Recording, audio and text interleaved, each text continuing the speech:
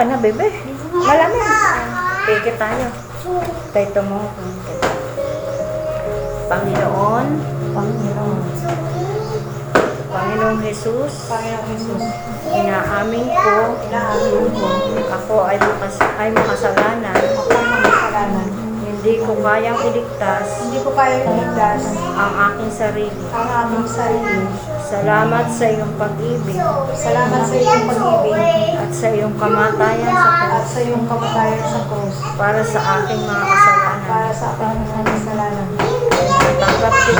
Tinatanggap kita ngayon bilang aking Panginoon at tagapagligtas. Pumasok ka sa aking buhay at tulungan mo ako mamuhay para sa iyo. Amen.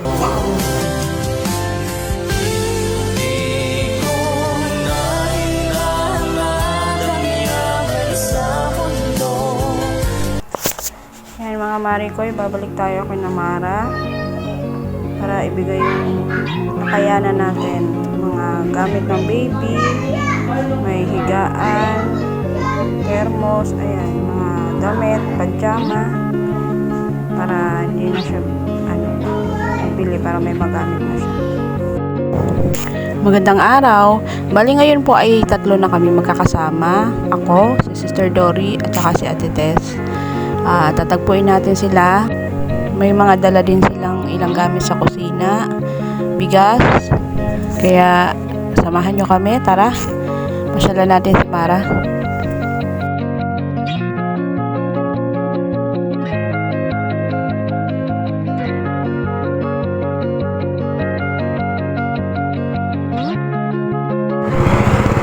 Lilipat na pala kayo? Ha? Lilipat na kayo? Ha? Lilipat? Saan nga kayo lilipat? Ayan ha? Ayan po kasama namin. Picture ka? Picture ka? Mag-iilog kami. Ha? Labo pa ng camera ko. Mag-iilog kami. May bitbit kami higaan. Overnight kami sa ilog. Nasaan nga kayo? Doon nga, sinano? Mara.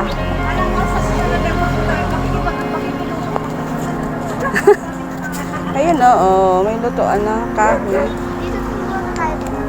Lakad bibi, hawak ha. Baka, hawakan mo, Ming. Baka madapa. Sorry ko, dito na tayo. Dito na tayo lilipat. Ha? Bakit? Tahimik dito. Tingnan mo, para ka nasa bukid.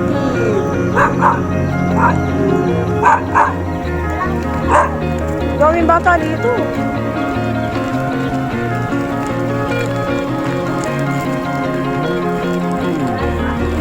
Diyan lang.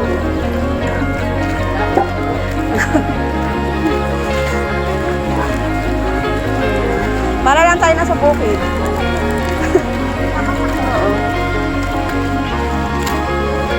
Maganda nga yun ang lawak naman ang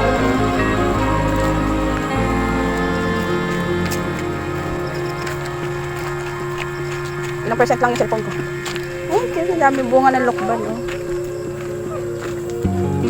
daming bunga ang daming bunga ng lokban ko. Ha? Naka-video ka mo. Yan po, may naglalako. Tapos hindi ka mapapasukin dyan.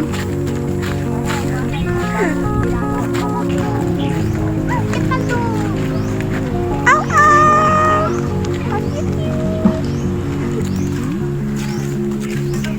Ayun yung dulot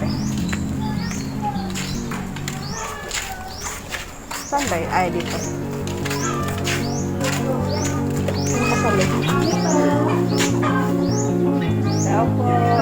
Baby, tok-tok. Ito, tok-tok. Hello. Lipat bahay na po kami. Dito na kami titira. Ano pa? Na dinako mo sa lugar nito, Lord. Hindi po ito aksidente, Panginoon. Yes, Lord. Sa lugar nito. At kami po ay lumalapit na mayroon pong pakumbaba. Kalinisin niyo po kami ng iyong banal na dugo sa krus ng Kalbaryo sa lahat po ng aming mga nagawang kasalanan na di naging kalugod-lugod sa iyo, Panginoon. Ito man po ay sa isip, sa salita at sa gawa. Salamat, Panginoon Jesus, sa kalinisan na pinagkaloob mo sa amin sa oras na ito. Ang dalangin ko, Panginoon, si Sister Tess na magdadala ng iyong mga magbabahagi ng iyong salita. Patuloy, Diyos, na itago mo siya sa iyong likuran upang ikaw ang mataas at mahayag sa kanyang buhay. Sabi mo, Diyos, 1, 2, 3, nagkakatipon-tipon, narito ka sa aming kalagitnaan. Kaya inaangkin ko, Panginoon Holy Spirit, narito ka sa aming kalagitnaan at ihanda mo rin, Panginoon, ang puso sa pakikinig ng iyong mga salita. At ikaw, Diyos, ang magpapalubog ito sa kanyang puso. Salamat po, Ama. In Jesus' name we pray. Amen. Sabi sa Roma 5:8, ngunit ipinapadama ng Diyos ang kanyang pag-ibig sa atin nang mamatay si Kristo para sa atin. Noong tayo'y makasalanan pa. Si Jesus lamang ang daan. Sabi dito sa John 14:6, siya ang namatay sa krus at nabuhay muli para sa ating kaligtasan. O ayan, nung tayo'y napawalay na sa Panginoon, si Jesus ang naging tulay. Namatay siya sa krus dahil sa ating kasalanan. Yung kasalanan na nakaharang o nakahiwalay sa atin, nakakapagpahiwalay, tinubos ng Panginoon Jesus yung ating kasalanan. Siya ay namatay sa krus at muling nabuhay.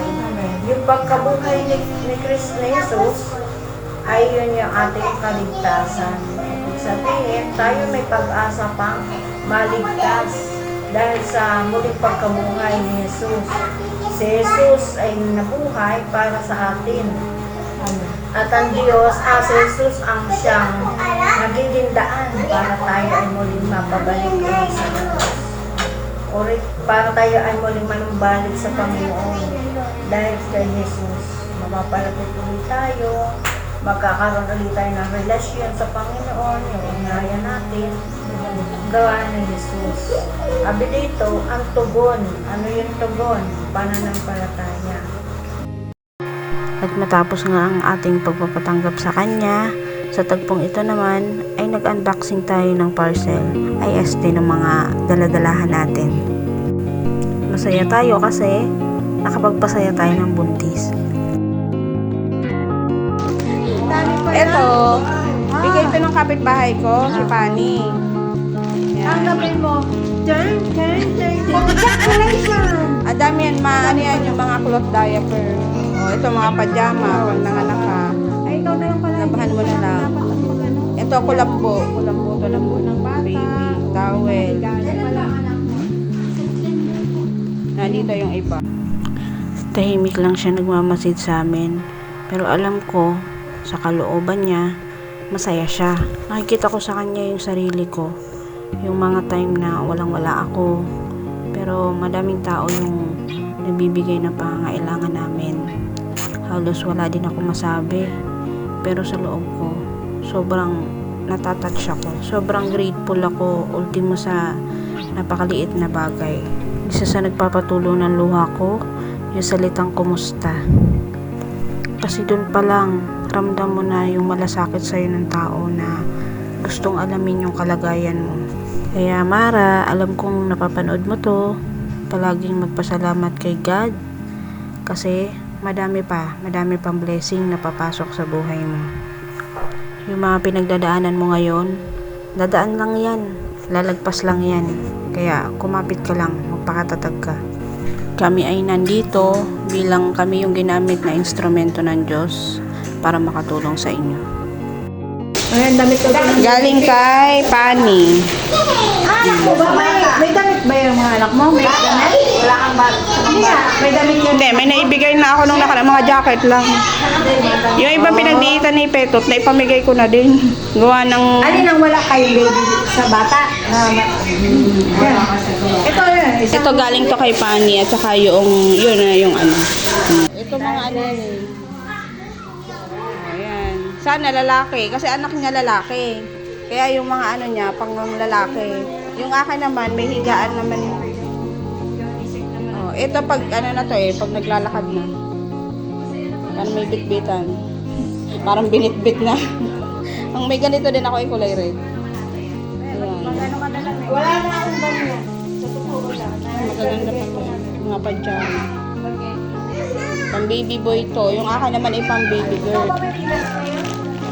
Diaper cloth. Ayun, ang dami pala eh. Ayun o, mga baro-baro ang pajama. Tapos ito ko lambo. Towel. Labahan mo na lang. Ito ay carrier. Bigay din to sa akin eh. Matibay naman siya. Nagamit ko rin 2 beses eh. Ito pansapin. Kasi pag Ito. pag malaki na yung anak mo, talagang ano, huwag ka muna magpalagdag. Ayan, ito higaan. Meron sa center, Ito yung sinasabi ko sa'yo, Ben. Higaan to ng baby na may zipper. Saan ka nagpagal yung... Oh, di ba? Ay, sorry. Ay, bawal sasakay baby ha. Bawal. Yan. Para pag ang baby ay nandun. Tignan mo na. Oo, pinakita ko sa kanya. At sa aming pag-uwi, baon namin ay ngiti. Dahil naging makabuluhan ang araw natin ngayon at meron tayong isang kapatid na napasaya. Kaya hanggang dito na lang, ginabi na kami. Bye-bye for now. Maraming salamat.